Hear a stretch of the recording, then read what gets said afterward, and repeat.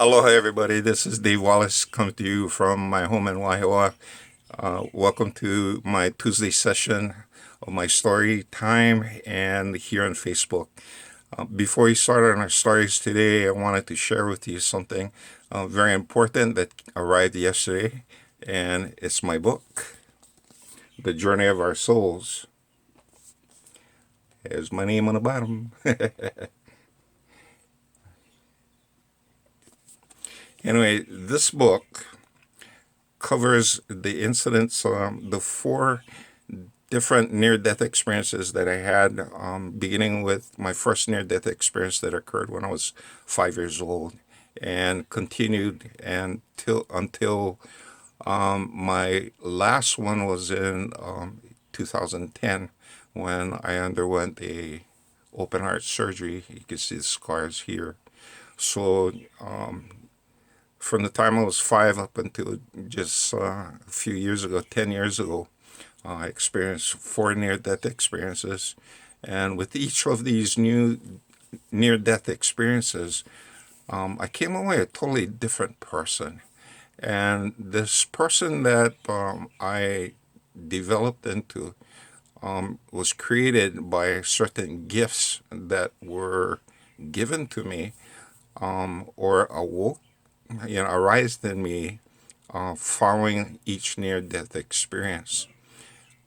The strongest and most persistent skill that I had is the ability to dream and see things that are about to happen. So these are prophetic dreams, and these prophetic dreams later on develop into the ability to see hidden things while I'm alive, awake and conscious. Okay, so these are some abilities that developed in me very early on. Seeing spirits when I was 5 years old and being hospitalized over the years because when I was a kid, every bug that used to come onto the island of Molokai, I used to catch it and end up in a hospital and you know, spent a lot of time there. And that's one of the reasons why I don't like hospitals, because hospitals have a lot of energies and a lot of spirits that are trapped there.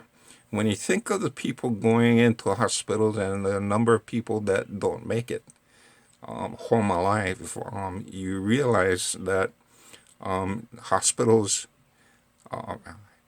are crowded with a lot of spirits that waiting to be transitioned. Some of them are trapped for a long time. And I ran into those situations as a child and continue to face those same types of spirits whenever I visit hospitals. And in my earlier, I explained that in one of my earlier videos. Now, today, the topic that I'm going to be covering is something that I collected from my grandfather. And my grandfather, John Broad, was born in 1889, and he was born here on Oahu, but he also spent time on the Big Island. Anyway, when you take a look at the year 1889, it was only 69 years after the first missionaries, Christian missionaries, arrived here in Hawaii, and 70 years after the kapu system of Hawaii was destroyed. So you had a period, during this period of transition between faith, between the Hawaiian religion, so-called religion, and Christianity coming in, you still had people caught in the middle where they were trying to please the old gods and at the same time trying to embrace the new gods. When you have people worshiping or trying to balance between two different beliefs, this is what we call syncretism, where things kind of like bleed over and kind of like meld, and the identities between the two faiths kind of like blend in. And we see examples of syncretism even to today when we watch here in Hawaii. If you watch someone giving a Christian blessing to a business or a person, a lot of times they'll use pa'akai and water or salt and water and sprinkle with tea leaf. And that's an example of syncretism where two different cultures, uh, sometimes opposing cultures, intermix and the cultures blend and both are used. So this is what was happening during my grandfather's life. He still had people alive that were holding on to these old practices and people trying to blend that or at least get accustomed to or learn Christianity. Okay? And as the generations continued going on, you had Christianity becoming dominant here in Hawaii. Okay, so while talking to my grandpa, and he was relaying some really interesting stories, and the topic for today is demonic possessions. Okay, now we Hawaiian culture. Some of the practitioners, ancient arts and stuff, had the ability to send evil spirits to either possess someone or to make them sick.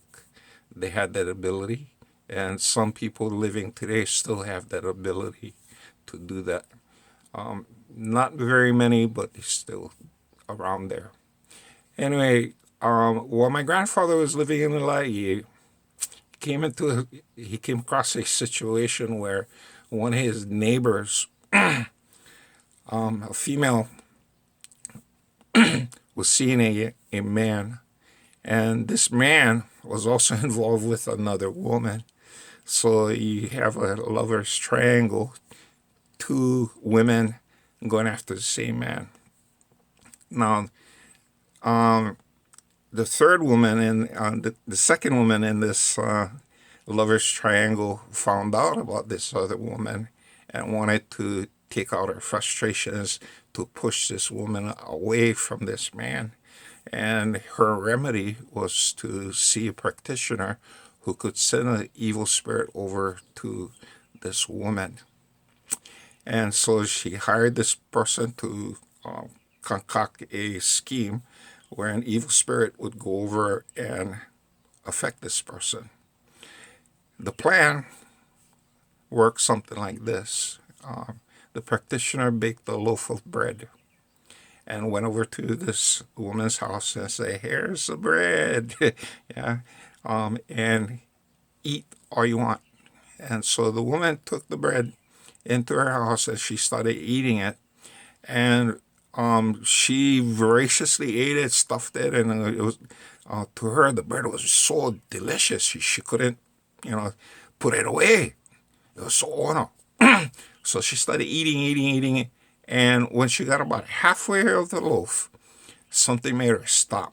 So she wrapped up the loaf of bread in a piece of cloth and put it in a bread basket. And after she got through eating, she felt really tired. So she went into her bedroom and laid down. And she laid down and went into a really deep sleep. When her family came home and discovered her sleeping, said, why is this lady sleeping in the middle of the afternoon? So they went in and woke her up. And when they woke her up, she started behaving really strange. The language coming out of her mouth was foul. Her behavior was different. So the father of this family realized something was wrong. Needed to, so he called my grandpa, who lived a couple of houses down, and my grandpa came over. And as soon as my grandpa stepped into the house, this lady started screaming and yelling and hissing and trying to get away from my grandpa, knowing that my grandpa could see what was happening. which he did. And he realized that this woman was being possessed. And so she started acting really weird. And when my grandpa came up to him and started conversing with him, the spirit inside the woman turned to my grandpa and says, "You can't have her.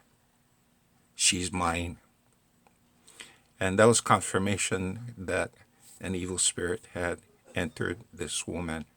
So my grandpa, coming from old school Hawaii, he realized that, once the spirit is caught in acting out, and once the spirit acknowledges your presence there and your authority there, you can have a conversation to find out what's happening, what's behind this.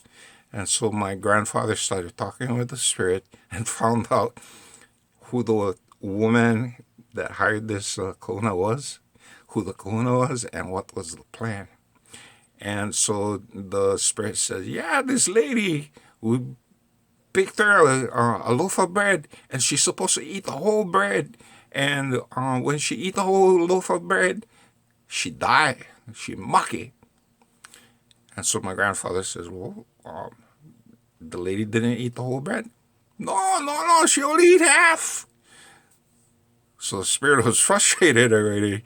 And so my grandpa asked the spirit, "Well, do you know where this woman put the bread?" Yeah. She put him inside the bread box in the kitchen. So my grandpa told the father to go look for the bread box. Take the bread box and the bread, the leftover bread, and take them out and dump it in the outhouse. Throw them down into the pile, yeah, and just let it sit. And that way nobody will touch it. And so the father took the loaf of bread out, dumped it outside, and put them down the outhouse. And then when they came back in, they blessed this woman. Now, this woman, when they were blessing her, it's really interesting when you blessing. I've had that experience myself where you start blessing the person and you can feel the energy passing through the person's body like something is being drawn out. And the spirit eventually left this woman. And as the spirit left, the woman started to give out really heavy breathing sighs like, and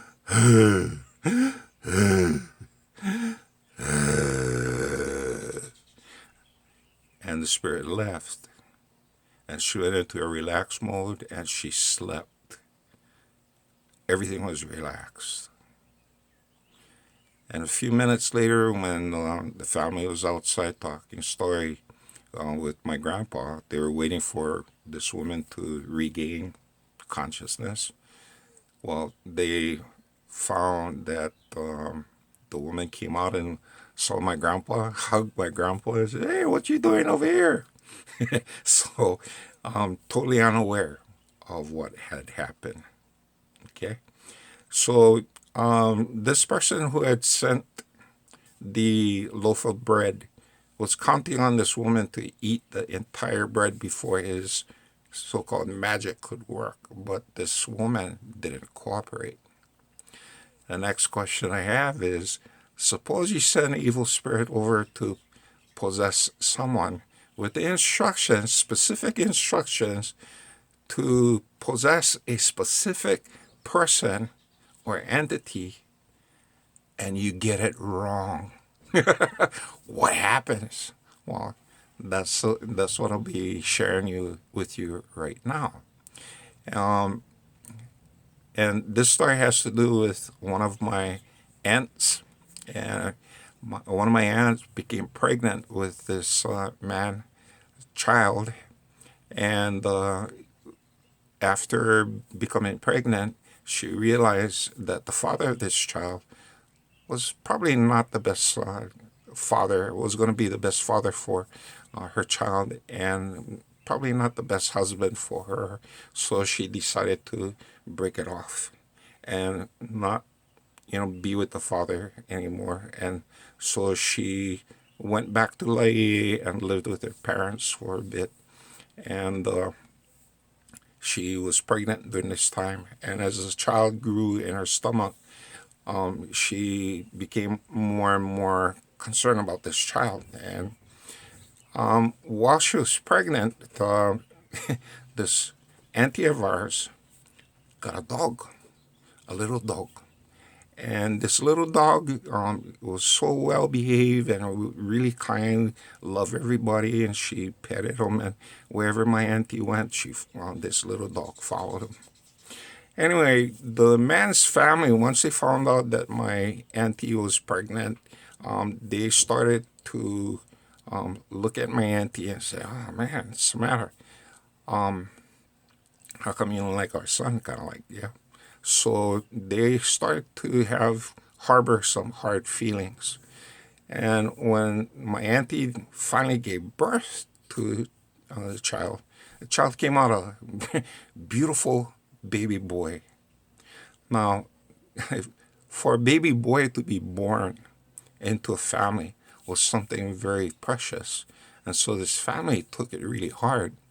And they decided on themselves, someone in the family decided that they wanted to punish my auntie for not allowing this child to be part of the family. So they hired a person to send the evil spirit to either harm the mother or the baby. So that was done. Well, a couple days later and stuff, my auntie is playing with the dog, and you have people coming over. And this little dog who loves everybody started biting everybody and growling and acting really aggressive. And she realized that something's wrong with the dog. This dog don't act like this. So she called my grandpa to come over and check out what's happening with the dog. And sure enough, when my grandpa came over, he stepped inside the house. The dog looked at him and he started shaking and quivering and barking and angry. And he took off inside the room. So my grandpa said, "Hey, what's wrong?" So he followed the dog in a room. And when he got into the room, he looked at the room. Inside the room was a bed that had 4 corner posts. And this dog had found its way up to one of the top of these corner posts and was sitting over there perched like a chicken and growling and ready to, bite my grandpa. And my grandpa saw this and he realized, hey, this dog is possessed. And so he talked the dog down, calmed it down, and convinced the dog to come down and lie down on a bed. And once the dog started to calm down, he started conversing with the evil spirit inside.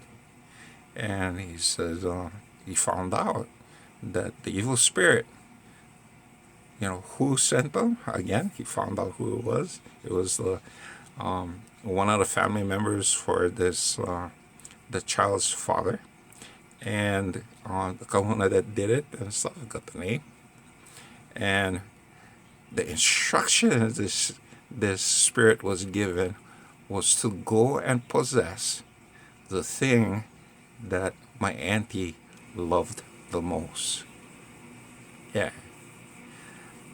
And as a new mother, this kahuna was assuming that my auntie would love this baby, but instead, she loved the dog more than the baby. So the spirit went and possessed this poor dog who was innocent. Okay? And so Grandpa was able to, remove the spirit from this dog. And the dog, once the spirit left, again, it went to a relaxed, deep sleep. And after the trauma of the possession left, the dog will return to normal, kind of like jumped off the bed and wagging its tail and jumped up on my grandpa's lap and started licking his face, and everything went well. So this is a story of possession, and for people who still do these things and stuff, you need to be careful about what you do, because if you don't study the people correctly, things gonna not gonna be working out well. And thank you for watching me today, and stay tuned for my book, the release of my book again, The Journey of Our Souls. If you like what I've been sharing here, please share it with other people that will probably appreciate the stories. Share my website, share the videos. I greatly appreciate it. And this is Dave Wallace saying mahalo nui loa and aloha until next time.